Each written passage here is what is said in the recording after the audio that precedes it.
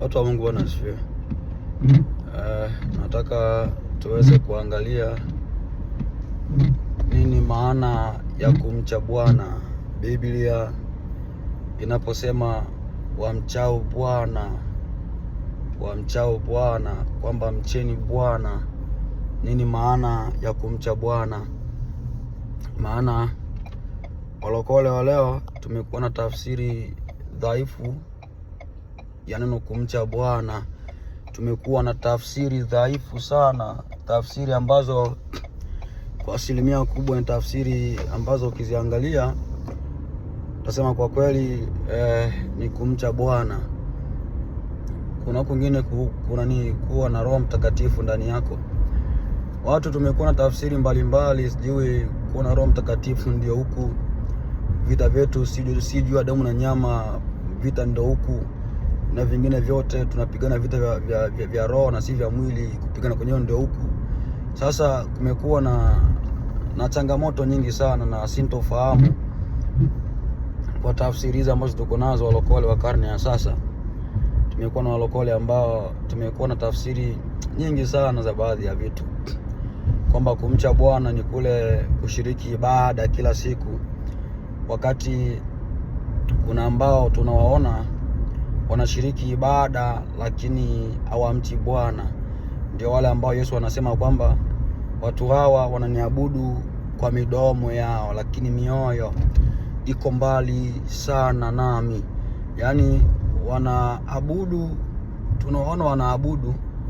tunawaona wanaliitia jina la Mungu, lakini hawaabudu kutoka ndani. Na ndio maana Yohana anasema waabudu halisi watamwabudu Baba katika roho na kweli.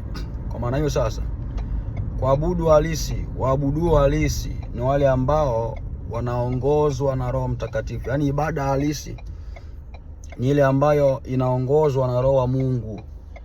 Sasa leo tumekuwa na tafsiri dhaifu sana, sijui kwamba mwabudu Mungu tu kule kwenda kanisani ndiko kuabudu Mungu, ndiko kumcha Bwana na vingine vyote, wakati sio kweli. Wakati Methali 8:13 anasema hivi, kumcha Bwana ni kuchukia uovu. Nataka mnifuate kwa makini sana, tusikalie ulokole wa kupokea mapokezi kiasi kwamba ni ulokole ambao hautupi badiliko lolote la mwili na badiliko lolote la roho. Ni walokole lakini roho ni zile mbaya. Ni wacha Mungu lakini hawana huruma yoyote. Wakati Luka 6:32 au na 6 hapa anasema kwamba iweni na huruma kama Baba yenu alivyo na huruma. Lakini ni walokole lakini hatuna huruma yoyote, hatuna rehema zozote na watu wanaotuzunguka. Sasa huo ulokole wa mapokezi ni ulokole ambao natufanya tu tuishie kuwa wanadini na wana madhehebu basi, lakini ulokole halisi tumeuacha mbali sana. Sasa nataka kuangalia andiko la Methali 8:13. Anasema kumcha Bwana ni kuchukia uovu, majivuno, kiburi, njia mbaya na vingine vyote, ukaidi na vingine vyote. Kumcha Bwana, la kwanza ni kuchukia uovu, ni kuchukia dhambi yoyote iliyo kinyani, ni kuchukia baya lolote lililo kinyume na Mungu. Huko ndiko kumcha Bwana. Yaani kiufupi, kumcha Mungu ni kuchukia matendo mabaya ya aina yoyote. Bwana asifiwe sana. Sasa huko ndiko kumcha Mungu. Huko ndiko kumcha Bwana kwa kibiblia huko ndiko kumcha Bwana. Lakini kibinadamu, kiulimwengu, kumcha Bwana ni kule kuabudu, ni kule kujazwa, kutabiri, kuanguka mfano wa pepo. Huko ndiko kumcha Bwana. Wakati sio kweli, wakati maandiko yako wazi kabisa kwamba kumcha Bwana ni kule kuchukia dhambi, ni kule kuchukia uovu wowote ambao unatendwa na mtu ama watu wowote waishipo duniani. Huko ndiko kumcha Bwana. Kumcha Bwana sio kule kuchukia maovu ambayo yanafanywa na wenzako, hapana. Kumcha Bwana ni wewe kwanza uchukie uchukie maovu, alafu uache kufanya maovu, yachukie maovu, alafu baada ya kuyachukia maovu hayo uanze kuyakemea ili wengine wasiyafanye maovu hayo. Bwana asifiwe sana. Sasa tumekuwa na ulokole ambao unatuacha kuwa mataira kwa asilimia zote, kwa kweli, kwa asilimia zote, kiasi kwamba ni walokole lakini tabia ni zile zile mbaya, walokole lakini wachafu, walokole lakini wabaya sana wa mioyo. Sasa ulokole ambao tumepandikizwa na waliotangulia, wajitao walokole ambao wametangulia, ni ulokole ambao ni uolela, yani sema tu ni uolela ambao yani ni ulokole usiozuia chochote yani.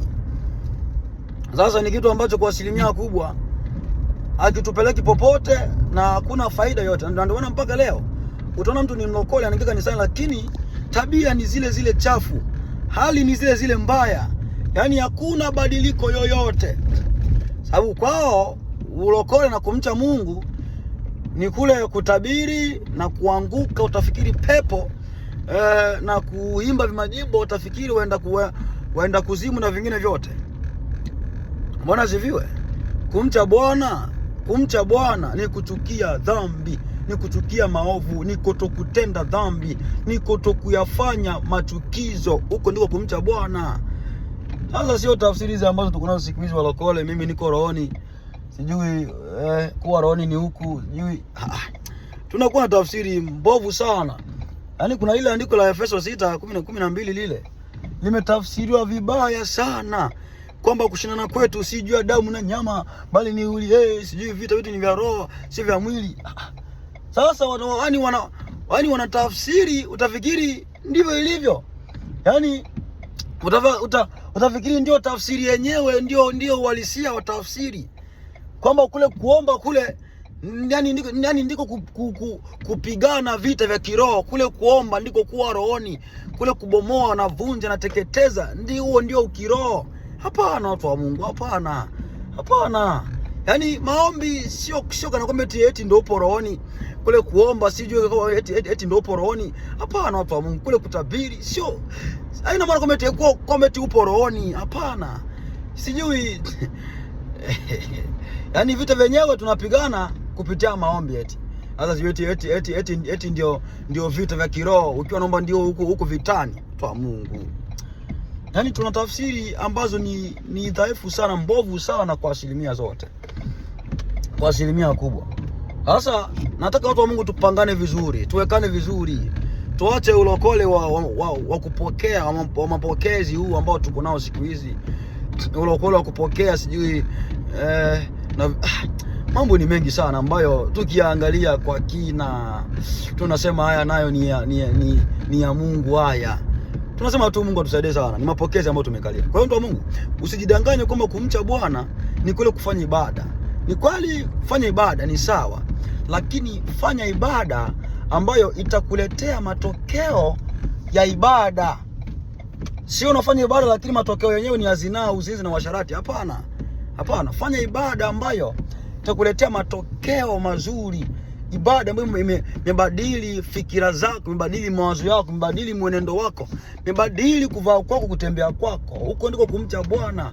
Kumcha Bwana ni badiliko la ndani. Kwa mje tunaona matendo, huko ndiko kumcha Bwana. Na wala sio kujigamba mitandaoni sijui mimi ndio mtumishi, nabii mkuu, na huko sio kumcha Bwana.